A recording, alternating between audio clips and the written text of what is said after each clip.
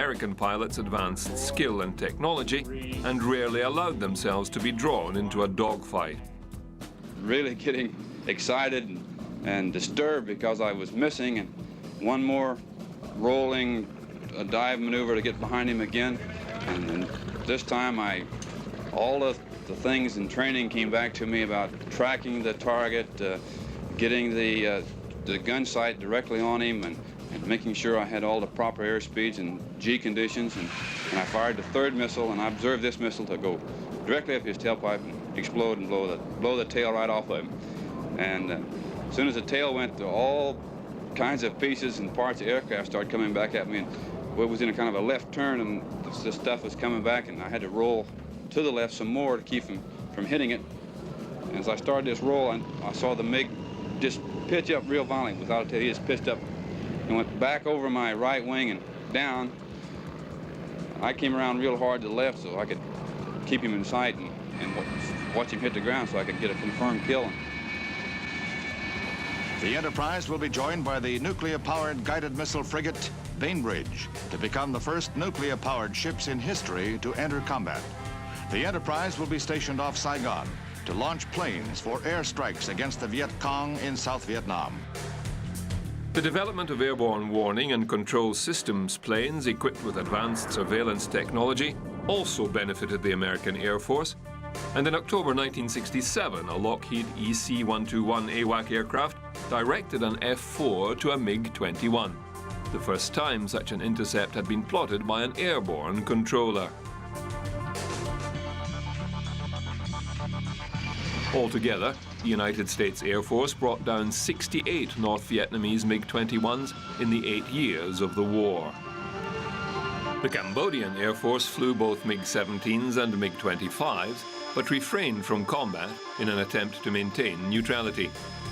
In 1965, American forces were stunned when aging North Vietnamese MiG-17s shot down Mach II class F-105 Thunder Chief fighter bombers.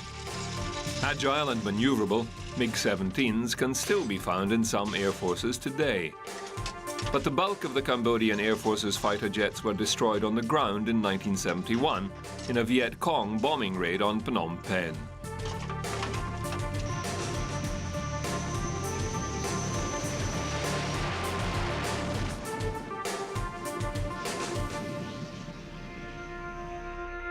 Another aircraft put into service at this time was the F-5, built by Northrop. This series of supersonic fighter aircraft included the F-5A and F-5B, or Freedom Fighter, the F-5E Tiger and F-5F Tiger II.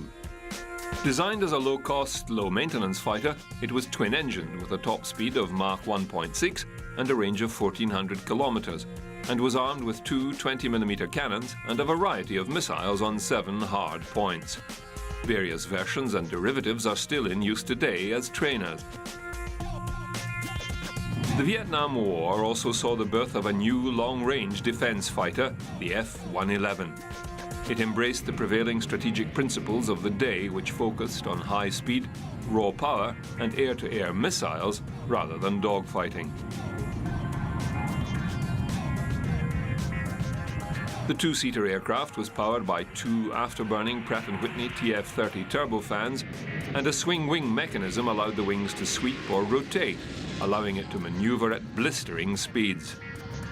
Internally, under the fuselage, the F-111 was equipped to carry a cannon, nuclear weapons, and air-to-air missiles. The aircraft could also carry various weapons under the wing.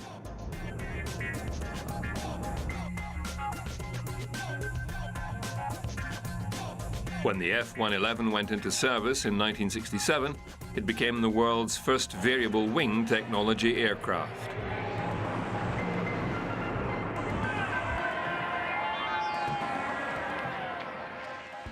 The French continued development of their Dassault Mirage line of fighters with the Mirage 3, 5, F1 and 2000 versions, all single-engined and capable of both supersonic air superiority and ground attack modes. They were sold to many nations. An Anglo-French design was the Spicat Jaguar. Introduced in 1973, the single-seater fighter could achieve Mach 1.6 with its twin Rolls-Royce Mark 102 turbofans. It was designed to replace the Phantom for close support and air superiority. The US Navy had developed the Phoenix. A long-range fleet defense anti-aircraft missile, it was a very heavy and sophisticated weapon, and for the first time an aircraft was designed around the missile. It too was a variable wing aircraft, the Grumman F-14 Tomcat, which went into operation in 1974, replacing the F-4. A two-seater, the Tomcat's canopy gives 360-degree visibility, and a head-up display allows the pilot to read the instrumentation while keeping his eyes glued on the sky. Internal 20mm M61 Vulcan Gatling guns are mounted on the left side, and the aeroplane can also carry AIM-7 Sparrow and AIM-9 Sidewinder anti-aircraft missiles, and of course the AIM-54 Phoenix, the only aircraft to do so. The British performed their own technological leap in 1969 when they introduced the Harrier jump jet to the Air Force.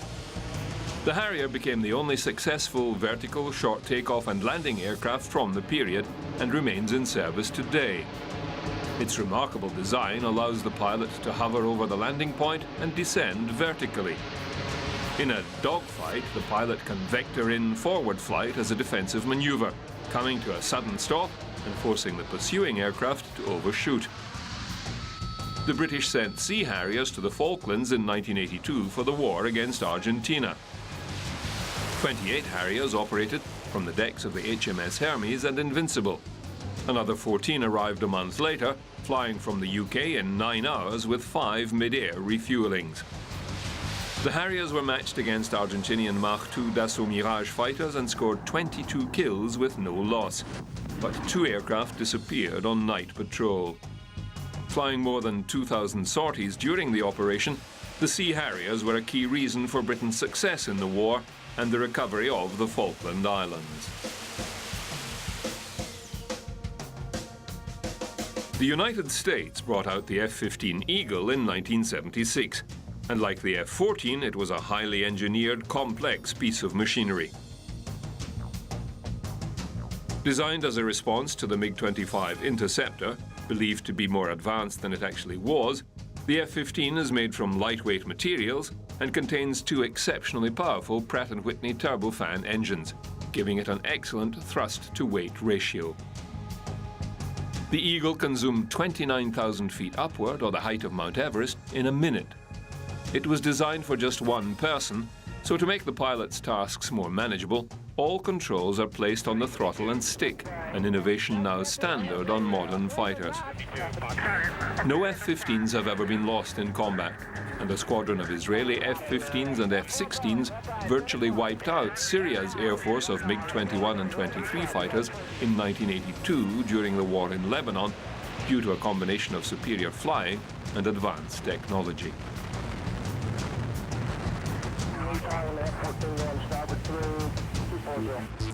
European designers tried to stay one step ahead of the Soviets' air power, and Swedish designers introduced the Saab Viggen in 1971. With an advanced forward canard wing, this single-engine fighter could reach speeds of Mach 2.1, range 1,000 kilometers, and a rate of climb of 12,200 meters per minute.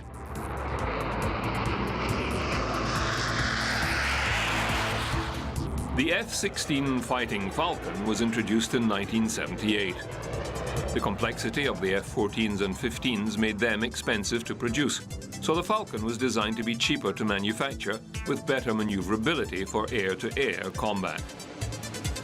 The lightweight aircraft is inherently unstable, but advanced avionics make it flyable. A frameless bubble canopy provides excellent visibility. A side-mounted control stick is positioned to ease control when the pilot is pressed by massive G-forces, and a reclining seat makes it easier for the pilot to bear the forces. As with the Eagle, controls are mounted on the throttles and the control column, while a head-up display projects instrumentation onto the glass